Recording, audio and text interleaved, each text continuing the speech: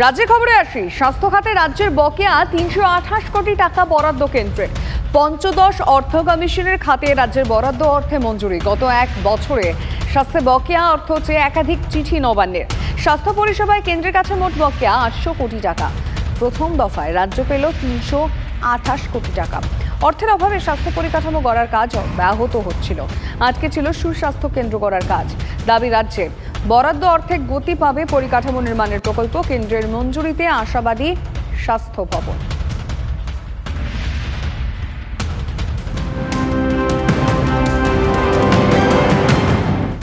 ওয়েনারে ধসের পর পশ্চিমঘাট নিয়ে বিশেষ ভাবনা কেন্দ্রে। ৫৭,০০০ বর্গ কিলোমিটার এলাকাকে ইকো সেন্সিটিভ জোন ঘোষণার ভাবনা। ইতিমধ্যে তার খসড়া তৈরি করে ফেলেছে মোদী সরকার। শালুগাড়ার পর মাটিগাড়া, ফের রামকৃষ্ণ মিশনের জমিতে নজর। জমি মাফিয়াদের অভিযোগ, জাল দলিল বানিয়ে দখল করে নেওয়া হয়েছে ১৫০ কোটি টাকা মূল্যের জমি। ২ বছর ধরে চেষ্টা করেও মিউটেশন করাতে পারছেন না মিশন কর্তৃপক্ষ। আর জমির অধিকার ফিরে পেতে মুখ্যমন্ত্রীকে চিঠি দিয়েছে কর্তৃপক্ষ। শিলিগুড়ির মেয়রের সঙ্গে দেখার প্রয়োজনীয় পদক্ষেপের আর্জি জানিয়েছেন সন্ন্যাসীরা।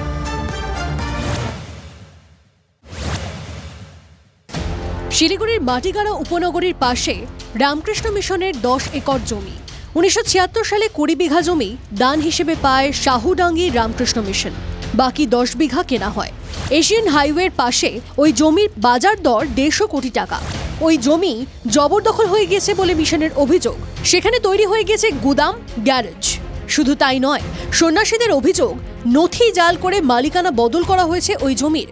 সেই জমির আসল কাগজপত্র তাদের কাছে থাকলেও বাস্তবে বেশ কিছু জাল নথির মাধ্যমে প্রতারকেরা ওই জমির মালিকানা বদলে দিয়েছেন। খতিয়ান দেখলে দেখা যাচ্ছে যে জমি তাদের কাছে রয়েছে, সেই জমির মালিক অন্য কেউ। জমির দলিল হাতে থাকলেও ২ বছর ধরে চেষ্টা করেও মিউটেশন করাতে পারছেন না মিশন কর্তৃপক্ষ। জমির অধিকার ফিরে পেতে ইতিমধ্যে মুখ্যমন্ত্রী মমতা বন্দ্যোপাধ্যায়কে চিঠি পাঠিয়েছে মিশন কর্তৃপক্ষ। শুক্রবার শিলিগুড়ির মেয়র গৌতম দেবের সঙ্গে দেখা করে দখল হয়ে যাওয়া জমি পুনরুদ্ধারের আর্জি জানান মিশন কর্তৃপক্ষ। অনেকেই তো ওখানে জমিটা দখল করে রেখেছে, চাই যে আমরা জমিটা যাতে ফেরত পাই আর কি। এতদিন ধরে আমরা চেষ্টা করছিলাম, কিন্তু ঠিক যোগাযোগ হয়ে ওঠেনি আর কি। এর অনেক কিছু কাগজ পরিবর্তন করে দিয়েছে সেই সময় লেট আমলে। কি এখানে যা জানানো আমি জানাবো, এবং তাদের বক্তব্য, তাদের চিঠি সমস্ত কিছু সঠিক জায়গায় পৌঁছালে সঠিকভাবে সেটা। গত মে মাসে সেবক রোডে রামকৃষ্ণ মিশনের জমি দখলের চেষ্টা করে জমি মাফিয়ারা। মুখ্যমন্ত্রীর নির্দেশে জমি দখলমুক্ত করে প্রশাসন। একের পর এক জমি মাফিয়া গ্রেপ্তার হয়। সেই ঘটনার রেশ কাটতে না কাটতেই এবার মাটিগাড়ায় রামকৃষ্ণ মিশনের জমি বেদখলের অভিযোগ ঘিরে শোরগোল। রামকৃষ্ণ মিশন ভারত সেবাশ্রমের সঙ্গে থেকে মুখ্যমন্ত্রী গালি দিচ্ছে, তো স্বাভাবিকভাবে তৃণমূল কংগ্রেসের নেতারা তারা তো চেষ্টা করবেই। আর শিলিগুড়িতে জমি মানে এখন বুঝতেই পারছেন, সে কাওয়াখালী হোক বা অন্য কোনো জায়গা হোক, জমি মানে তো এখানে হীরের টুকরো। অত্যন্ত দুর্ভাগ্যজনক। রামকৃষ্ণ মিশনের অভিযোগ পুলিশ প্রশাসন, রাজ্য সরকার খতিয়ে দেখবেন। এই ধরনের জমি হাঙর, জমি দখল করার যারা চেষ্টা করেন তাদের এই অপচেষ্টা ভেঙে দেওয়ার জন্য মমতা বন্দ্যোপাধ্যায় খোলাখুলি নির্দেশ দিয়েছেন পুলিশ প্রশাসনকে। বিস্তর জল ঘোলার পর শালুগাড়া রামকৃষ্ণ মিশন দখল হয়ে যাওয়া জমি ফিরে পেয়েছিল। জমির অধিকার ফিরে পেতে প্রশাসনিক পদক্ষেপের দিকে তাকিয়ে মাটিগাড়া রামকৃষ্ণ মিশন। শিলিগুড়ি থেকে প্রসেনজিৎ চৌধুরীর রিপোর্ট, TV9 বাংলা।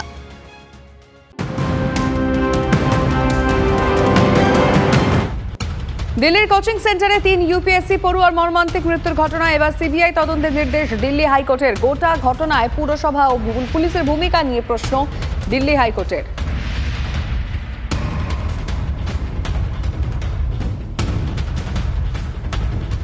আদালতে দিল্লি যে তথ্য পেশ করেছে তা চমকে দেওয়ার মতো। প্রাক্তন খাদ্যমন্ত্রীর একটা চিঠি নাকি তদন্তের অন্য একটা দরজা খুলে দিয়েছে। ক্যাচ লাইন, প্রতি মাসে ১০ লক্ষ টাকা সুদ। কিন্তু কে কাকে সুদ দিল, কেনই বা সুদ দিল?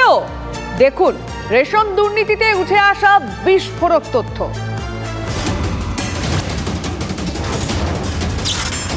গ্রেফতার মন্ত্রী, সংসার চলবে কিভাবে? ভেবেই আকুল মন্ত্রীমশাই জ্যোতিপ্রিয় মল্লিক নাকি লিখেই ফেললেন চিঠি, আর সেটাই যেন কাল হলো। সূত্র বলছে এসএসকেএমে বসে জ্যোতিপ্রিয় মল্লিক যে চিঠি লিখেছিলেন তা থেকে পাওয়া যায় দেগঙ্গার দুই ভাই আনিসুর ওরফে বিদেশ ও আলিফ ওরফে মুকুলের নাম। কিন্তু কেন চিঠিতে এদের নাম লিখেছিলেন মন্ত্রীমশাই? তদন্তকারীরা আদালতের সামনে এই তথ্যও নিয়ে আসেন, বা সরকারি আইনজীবী আদালতে বিচারকের সামনে এই তথ্যও জানান যে জ্যোতিপ্রিয় মল্লিক যখন গ্রেফতার হয়ে এসএসকেএম হাসপাতালে চিকিৎসাধীন, তিনি যখন বেডে শুয়ে রয়েছেন, সেখানে তার কাছ থেকে একটি চিঠি উদ্ধার করেছিলেন সিআরপিএফ আধিকারিকরা। সেই চিঠিতে এই মুকুল বিদেশের নাম ছিল এবং সেই চিঠিতে লেখা ছিল যে মাসে 10 লক্ষ টাকা সুদ বাবদ যেন তার বা তার নিয়ন্ত্রণাধীন কোনো ঘনিষ্ঠের কাছে বা তার সংস্থার কাছে পৌঁছে যায়। এবং এই যে 10 লক্ষ টাকা, তদন্তকারীরা বলছেন যে এই দুর্নীতি করতে সাহায্য করা, এই মুকুল বিদেশকে দুর্নীতি করতে সাহায্য করার জন্য তার যে দুর্নীতির লাভের ভাগের টাকা, যে টাকা এই মুকুল বিদেশদের কাছেই রাখা ছিল বা কোট আনকোট পার্ক করা ছিল, সেই 10 লক্ষ টাকাই মাসে মাসে চেয়েছিলেন জ্যোতিপ্রিয় মল্লিক। তার কারণ তিনি গ্রেফতারে হয়ে রয়েছেন, তার পরিবারের বিভিন্ন এবং আনুষঙ্গিক খরচ চালানোর জন্য এই টাকা চাওয়া হয়েছিল।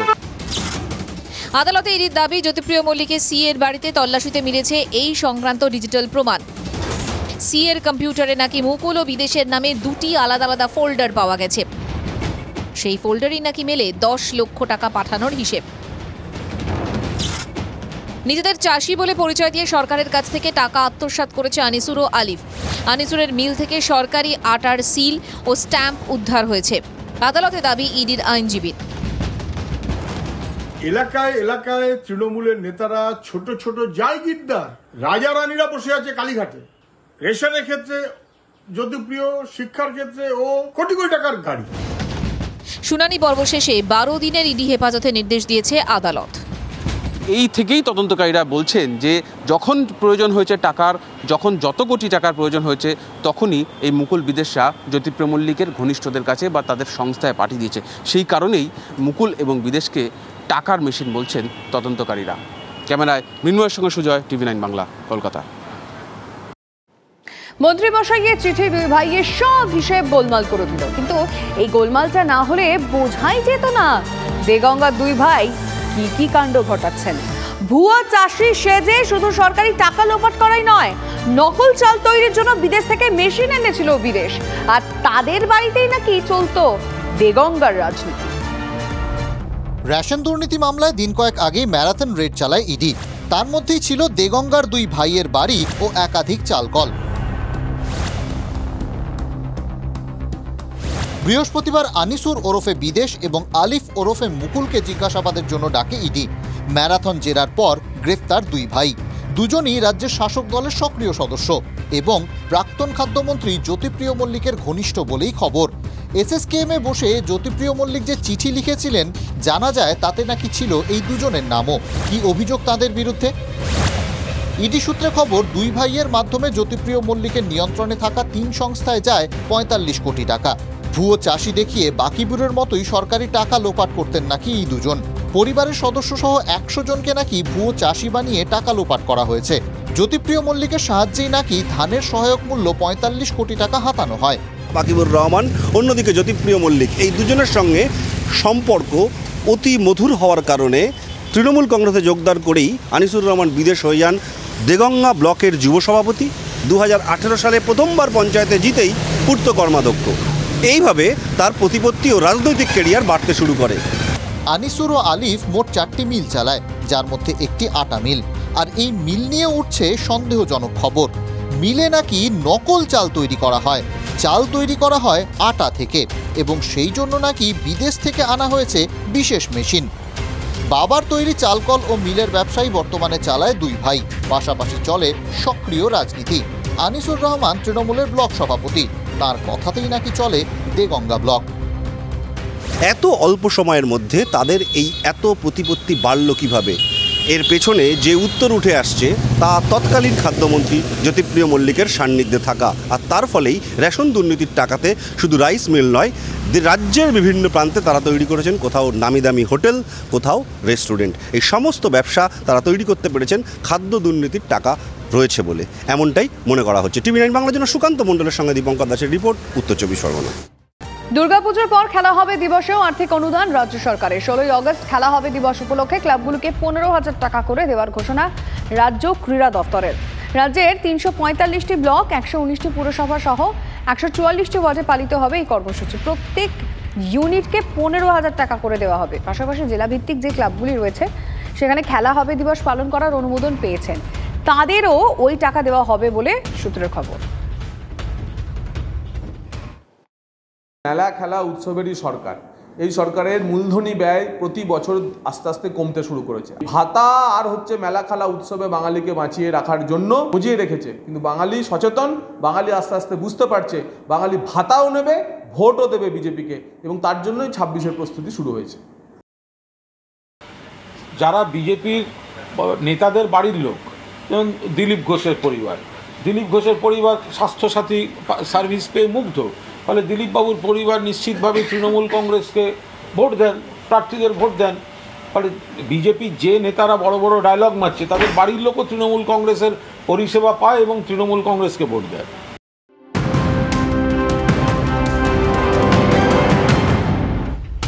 দুর্নীতি ঠেকাতে পুরসভার ধাঁচে কঠোর বিল্ডিং রুল। পুরসভার ধাঁচে পঞ্চায়েতের বিল্ডিং রুলস তৈরি করছে রাজ্য সরকার। পুজোর পরই পঞ্চায়েত এলাকায় নয়া বিল্ডিং রুলস চালুর সম্ভাবনা।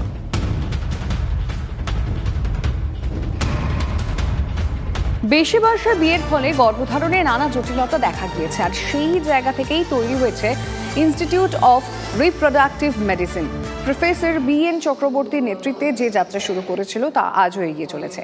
দেশের বিভিন্ন প্রান্ত থেকে BN চক্রবর্তীর ছাত্ররা এক হয়ে সেমিনারের মাধ্যমে এই বিষয়ে আলোচনা করেছে, যা শহরের একটি 5-তারা হোটেলে বসেছিল।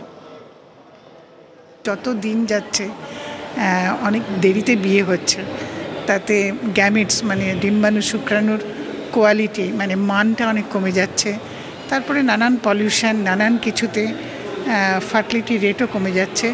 সেই জন্যে তো এখন এই ফার্টিলিটি প্রিজার্ভেশন, যেটা কিনা সোশ্যাল ফার্টিলিটি প্রিজার্ভেশন চালু হচ্ছে। বিদেশে তো শুরু হয়ে গেছে, মানে এরা কেরিয়ার শেষ করার আগে বা লাইফ পার্টনার ভালো সুটেবল পাওয়ার আগে অনেক সময় নিজেদের এগটা প্রিজার্ভ করতে চাইছেন। কি করে খরচ আরও কমানো যায়, কি করে আরও উন্নত মানের ভ্রূণ বা এমব্রিও তৈরি করা যায়, সেই সব নিয়েই এই আলোচনা।